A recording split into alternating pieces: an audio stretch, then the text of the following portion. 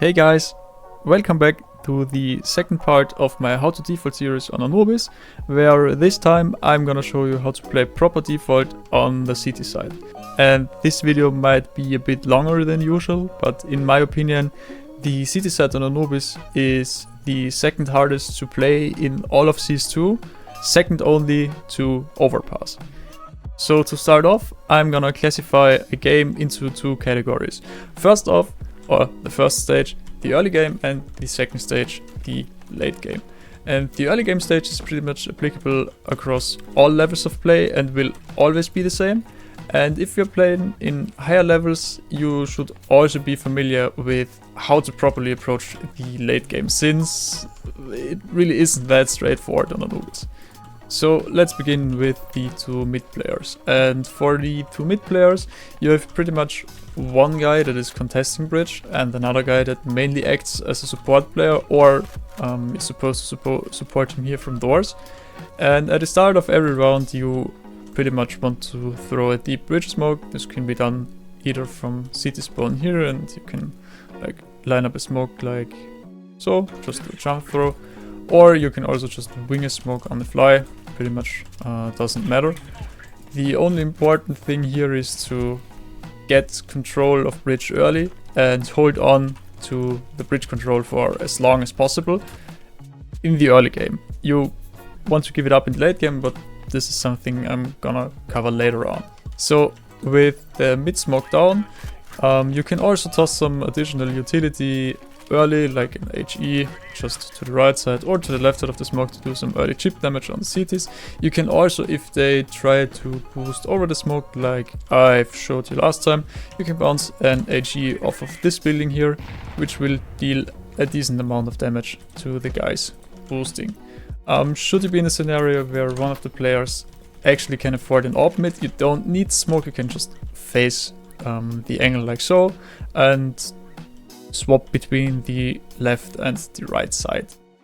However, if you couldn't afford an AWP and both of you are playing rifles, let's assume the smoke is still down, at the start of the round after the smoke blooms, you can just go like here or anywhere and spam towards the left side, middle, right side of the smoke, wherever, and try to deal some chip damage to the Ts. If you're really feeling yourself, you can also go for a cheeky peek down towards stairs or water from here.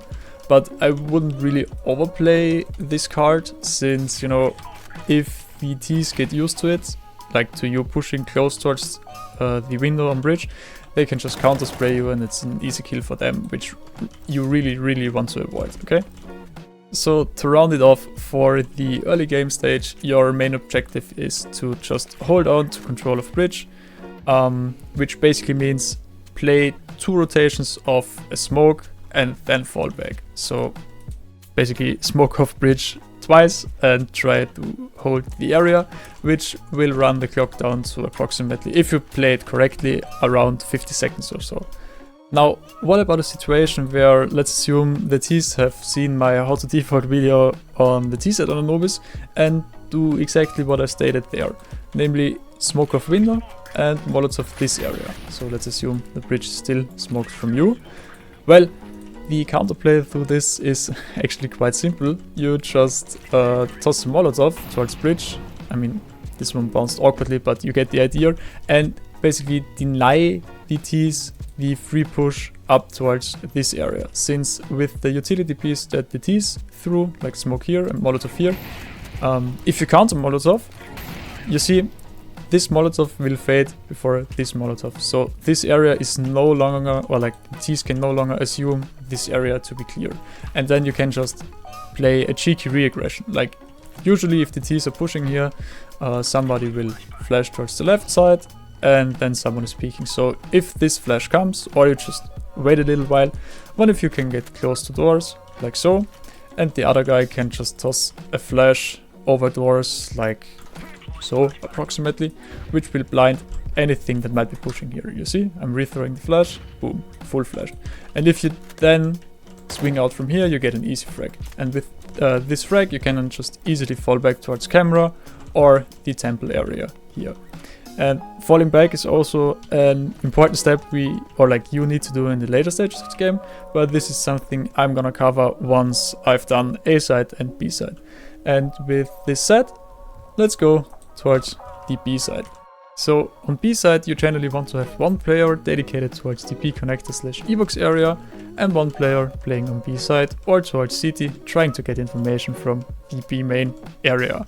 And your main goal as a B side player, whether you're playing ebox or B side / CT, is to get the most amount of value out of your utility, since you're trying to match the timer your mid guys are on. And the timer is basically just the time frame where they are actively holding bridge. So as the B side or CT player, as I mentioned before, you're just supposed to get information over the B main area. And you can do this by, playing backside, jiggling here, jiggling behind side, jiggling from CT, anywhere really. And once you have contact with a T, like once you spot a T in that B main entrance area, you can just bounce off a smoke of this stone and smoke the B main area, or throw a smoke like this and do the same. And the reason why you want to be doing this instead of just blindly smoking the B main area at the start of each and every round like so, is that by waiting until you have contact with the T gives your smoke another like 10 to 15 seconds of value. And once this B main smoke is down, you need to make a quick decision on where you are continue to play B side. Like you have one player in E-box and you just gave away your position somewhere on B side, but you smoked the T's off, so they are highly unlikely to make a push through the smoke. Now you need to communicate with your E-box player whether you want to focus towards the E-box / canals area by you either joining him in E-box or going somewhere close and you are playing an aggression towards the canals area, or whether you're trying to get the E-box player out of E-box and somewhere towards B side, where they can play a, crossfire like so, where the E-box player can play backside B, again, jiggle B main. If he again spots someone, he can just re-smoke. That is an interesting bounce, but you get the point. And the other player can play an off angle like so. And the reason why this off angle is so strong is because pretend I'm a T pushing out of E-box and my process of clearing all the angles should go like so. Onside, temple left, temple right, and then my attention should be focused towards the backside B area here. And if I place a bot where it just was, like so, if you're playing this off angle, then as you can see, no one will expect you here and you get an easy free kill. On the other hand, you can also decide to stack the E-box area, so let's get rid of the bot here. And this is mainly useful if the T's are smoking off E-box by default. Like if your player in here is smoked off, you've smoked B main, you can just join him in here, and once the smoke of the T's fade, you can go for a quick information play by molotoving the area close outside of E-box, because if a T is standing there, you'll hear a short burning sound effect. And even if you don't hear anything after the Molotov, you can just smoke it off and then, play double E-box, or like one guy close to E-box and one inside of E-box. Like the main point I'm trying to bring across here is that once you've made contact either in canals or in B main, you wanna join together and play together by either focusing the B main area or the E-box area. And lastly, the early game phase for your A-side player. And this is pretty stock standard, and you want to be doing something very similar each and every round. And this is at the start of each round, you can line yourself up in front of this pillar here, pull out your incendiary and aim in the middle of this window here and just do a left and right click throw, which will cause the Molotov to land in front of A main. So once you've thrown this Molotov, you just want to go close towards A main and potentially bounce a smoke like so. That smokes off the A main entrance. And the main purpose of the Molotov I just showed you is that if the T's are planning to rush A or rush A main, you will hear them burning. So if you're going towards A main and you hear someone burning here, you can already call one of your mid players like, hey, it's highly likely that the T's are going to rush A, please come and support me. However, if you don't hear anything early in front of A main, you can just, as I said, toss a smoke like so and play somewhere close to the smoke in the A main area. And once this smoke is about to fade, you are supposed to fall back towards the A area and play a position that doesn't take away space from your rotating mid player in case the Ts decide to come A. And what this means is basically, if we look at it from the perspective of the mid player that might be rotating through camera towards A side, if you're falling back, you can play plateau, or like, I'm gonna make it even easier for you. Just imagine an imaginary line that goes somewhere like this, and everything on this side of the line is like do play, absolutely do play in this area, and anything right towards the middle of this line is just don't play it. Your rotator is gonna like collide with you and it's not gonna work out nicely. How you then decide to play A side is totally up to you. You can play behind pillar and just try to stay alive as long as possible. You can go for a cheeky peek or for a cheeky pick on the Ts by playing an off angle like so back here. You can also play fountain behind the pillar, which is especially strong if one of the mid guys is your pre-mate, since if you're playing fountain behind the pillar and you hear the Ts aggressing towards the A main area, you can just request a flash like so from a mid player that pops somewhere in front of the pillar, and once this flash pops, you can just peek and get some free frags. But as I mentioned, otherwise if you're playing somewhere on side, your main objective is just to stay alive and wait until your reinforcements come in. So this is about it for the early game phase of your game, meaning for the first minute or so, where then approximately 50 seconds, 45 seconds are remaining on the clock. And what happens after is the really difficult part on Anubis. So for the mid guys who were previously supposed to be holding mid, you're now supposed to fall back. One player is going to join the B side players and can help by fending off B main or any B connector aggression, and the other player is supposed to join up with the A main player. And then you need to make a team decision whether you want to take map control back from the A area or somewhere from the B area.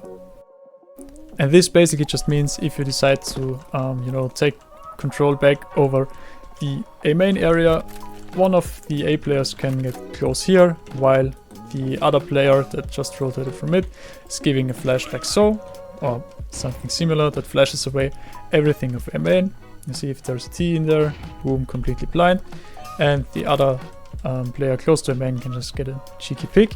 And then you can continue together to re-aggress A main. You don't need to pick outside of here, but if you get a player late round into this position, or play bait and switch setup where one is playing close and the other guy is jiggling like so, that's just really strong. And if you're doing an A aggression, you're not intended to do anything on B, so you're just staying defensive. However, if you're planning to do a B aggression, the 3 B players, then you can do it by flashing yourself or flashing one guy outside of the main with a flash like this, or a flash like so, I think. Yeah, exactly. Where 2 guys are going close here, you just need to be wary of the angle towards your right side.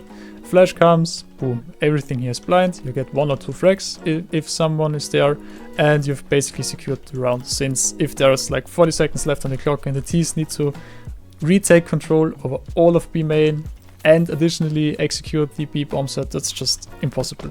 You can't really do it.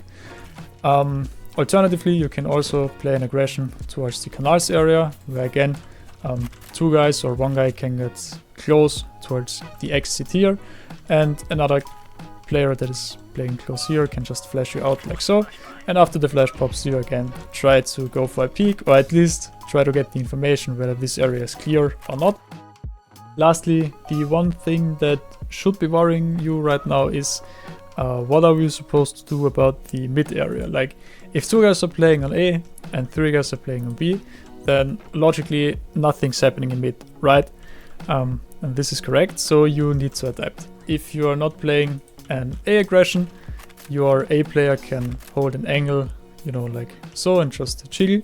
And if you seize the T's, that is approximately, again, if there are 30 seconds, 40 seconds on the clock, so you can just molly off the entrance and the B players can start to rotate, or at least can start to put a player towards the temple area that is just holding the entrance right here.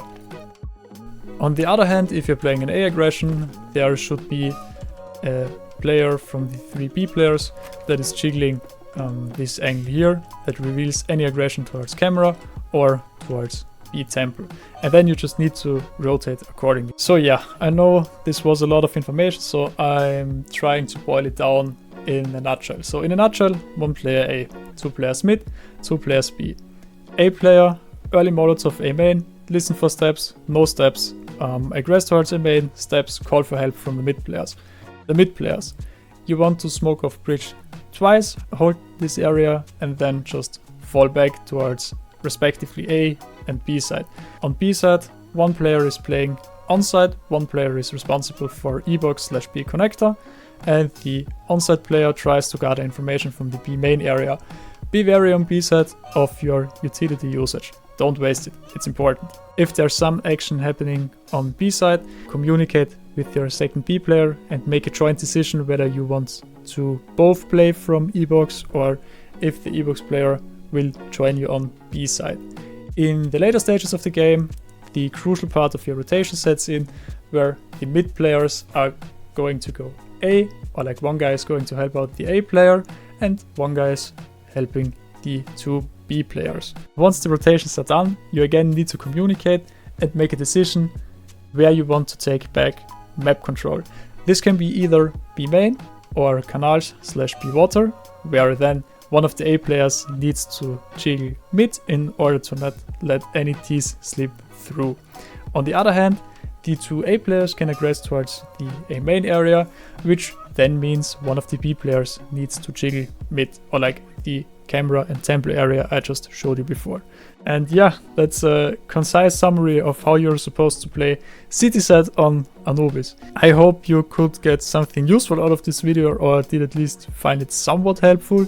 And if this is the case, you can leave a like. You can subscribe to my channel for more educational CS content. Or if you have any further questions, I'm happy to come back to you in the comments. And with that said, thank you so much for watching, and I hope I'll catch you in my next video. Have a good one. Bye.